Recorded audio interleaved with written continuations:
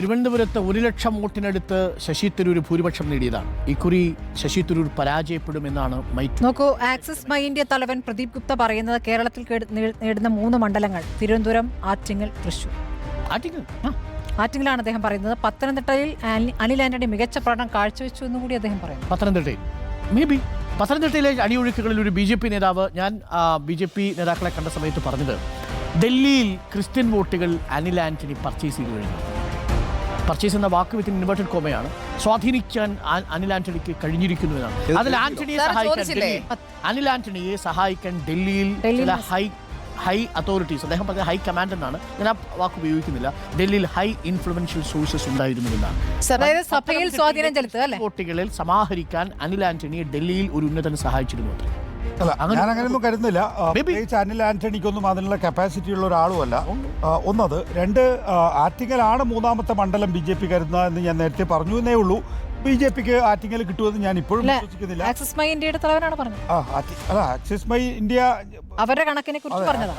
പത്തനംതിട്ടയിൽ തോമസ് ഐസക് അവകാശപ്പെടുന്നത് 53,000 വോട്ടിന്റെ ഭൂരിപക്ഷമാണ്. അതായത് എക്സിറ്റ് പോൾ വരുന്ന ദിവസത്തെ അദ്ദേഹത്തിന്റെ കമന്റാണ് 53,000 വോട്ടിന്റെ ഭൂരിപക്ഷം. അപ്പോൾ പത്തനംതിട്ടയിൽ ക്രിസ്ത്യൻ വോട്ടുകൾ അനിൽ ആന്റണിയിലേക്ക് വന്നോ അതോ ഇനി അതല്ലേ പറയാനുള്ളൂ, ഭരണമേ ഇല്ലെന്നല്ലേ പറഞ്ഞുകൊണ്ടിരുന്നത് ഇതുവരെ. 400 സീറ്റുകൾ എന്ന ആത്മവിശ്വാസം. ഒരു കാര്യമായിരുന്നു ഇത്, പിന്നെ സൗത്ത് ഇന്ത്യയിൽ BJPനെ അപേക്ഷിച്ച് വലിയ തിരിച്ചടികൾ നേരിട്ടിട്ടില്ല എന്ന് വേണമെങ്കിൽ ഇത് വെച്ച് പറയാം. നമുക്ക് കേരളത്തിൽ 0 മുതൽ 1 വരെ എന്ന് നേട്ടമല്ല, കർണാടക അല്ലല്ല തിരിച്ചടിയല്ല, നേട്ടമാണ്. കർണാടകയിൽ പിന്നെ സീറ്റുകൾ കുറയും, 10ലധികം സീറ്റുകൾ കുറയുമെന്ന് പറഞ്ഞ സ്ഥലത്ത് 22+ ആണ് എല്ലാവരും പറയുന്നത്. അതെ.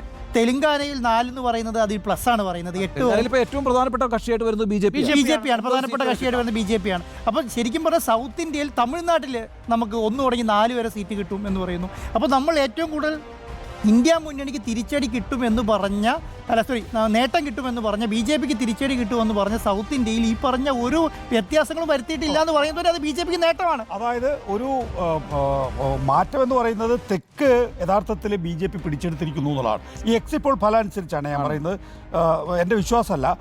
കർണാടകത്തിൽ അപ്രമാദിത്വം തുടരുന്നു. തെലങ്കാനയിൽ ഏറ്റവും വലിയ ഒറ്റക്കക്ഷിയാകുന്നു. ആന്ധ്രാപ്രദേശിൽ 0.92 കഴിഞ്ഞ തവണത്തെ BJPയുടെ വോട്ട് ഷെയർ. അവിടെ TDPയുടെ ചുമലിൽ കയറി നിന്നിട്ട് 3-4 സീറ്റുകൾ നേടുകയാണെങ്കിൽ ആന്ധ്രാപ്രദേശിലും വലിയ നിലയിൽ മാറ്റം ഉണ്ടാക്കിയിരിക്കുന്നു.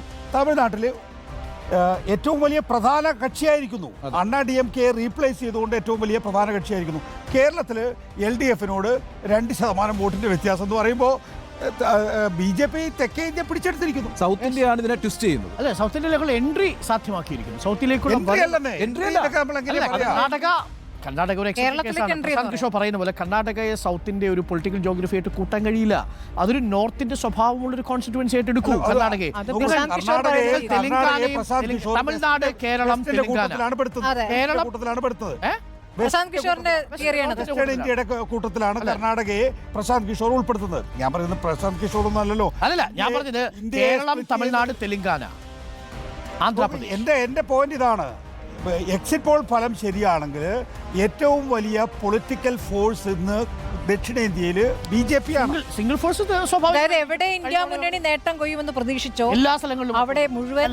അതിലൊരു കാര്യം എന്ന് പറയുന്നത്, കർണാടകയിൽ 28 സീറ്റിന്റെ അകത്തുള്ളതിൽ BJP 25 സീറ്റ് BJPയും ജനതാദളിൽ 3 സീറ്റിലേ മത്സരിച്ചിട്ടുള്ളൂ. അത് 2ാം ഘട്ടത്തിലാണ് 11 സീറ്റിൽ മത്സരിച്ചത്. ഈ രേവണ്ണയുടെ പ്രശ്നം വരുന്നത് മുഴുവൻ 2ാം ഘട്ടത്തിലാണ്. അപ്പോൾ 11 കഴിച്ച സീറ്റ് വരുന്ന സീറ്റുകളിൽ മുഴുവൻ എത്രയാണ്? ഈ 19 സീറ്റിന്റെ അല്ല 14 സീറ്റിന്റെ മത്സരം കഴിഞ്ഞിട്ടാണ് രേവണ്ണന്റെ ഇഷ്യൂ വരുന്നത്. അതും ബാധിക്കുന്നത് 3 മണ്ഡലങ്ങളിലേ ഉള്ളൂ. ജനതകൾ മത്സരിക്കുന്ന 3 മണ്ഡലങ്ങൾ അല്ല കേട്ടോ അവിടുത്തെ പ്രശ്നം. കർണാടക BJPക്ക് അകത്ത് പ്രശ്നമുണ്ട്. അല്ലല്ല, ഒന്ന് കോൺഗ്രസ് അധികാരത്തിൽ വന്നതിന് ശേഷം അവരുടെ 5 പ്രോമിസ് അവർ പാലിച്ചു. അപ്പോൾ കോൺഗ്രസിന് അവിടെ ആ നിലയിൽ ഒരു പ്രോ ഇൻകംബൻസി ഉണ്ടാകും എന്നുള്ളതായിരുന്നു ഒന്നാമത്തെ പ്രതീക്ഷ. 2, BJP വെർട്ടിക്കലായി സ്പ്ലിറ്റാണ് അവിടെ. മൂന്നാമത്തേതാണ് ഈ പറയുന്ന JDSന്റെ ബാഗേജ് പ്രജ്വൽ. ഈ 3 ഘടകങ്ങളും യഥാർത്ഥത്തിൽ വർക്ക് ചെയ്യേണ്ടതാണ്. 4-ാം തീയതി വർക്ക് ചെയ്യുമെന്ന് തന്നെയാണ് ഞാൻ വിചാരിക്കുകയും ചെയ്യുന്നത്. പക്ഷെ അത് വർക്ക് ചെയ്തിട്ടില്ല എങ്കിൽ കോൺഗ്രസ് അവിടെ വലിയ രീതിയിൽ തെലങ്കാനയിൽ കോൺഗ്രസ് അധികാരത്തിൽ വന്നതിൻ്റെ ഒരു പ്രതാപത്തിൽ നിൽക്കുമ്പോൾ, അതിൻ്റെ ഒരു ഊഷ്മളതയിൽ നിൽക്കുമ്പോൾ BJP അവിടെ ഏറ്റവും വലിയ ഒറ്റക്കക്ഷിയാവെന്ന് പറയാൻ എനിക്കിപ്പോഴും വിശ്വസിക്കാൻ കഴിയില്ല.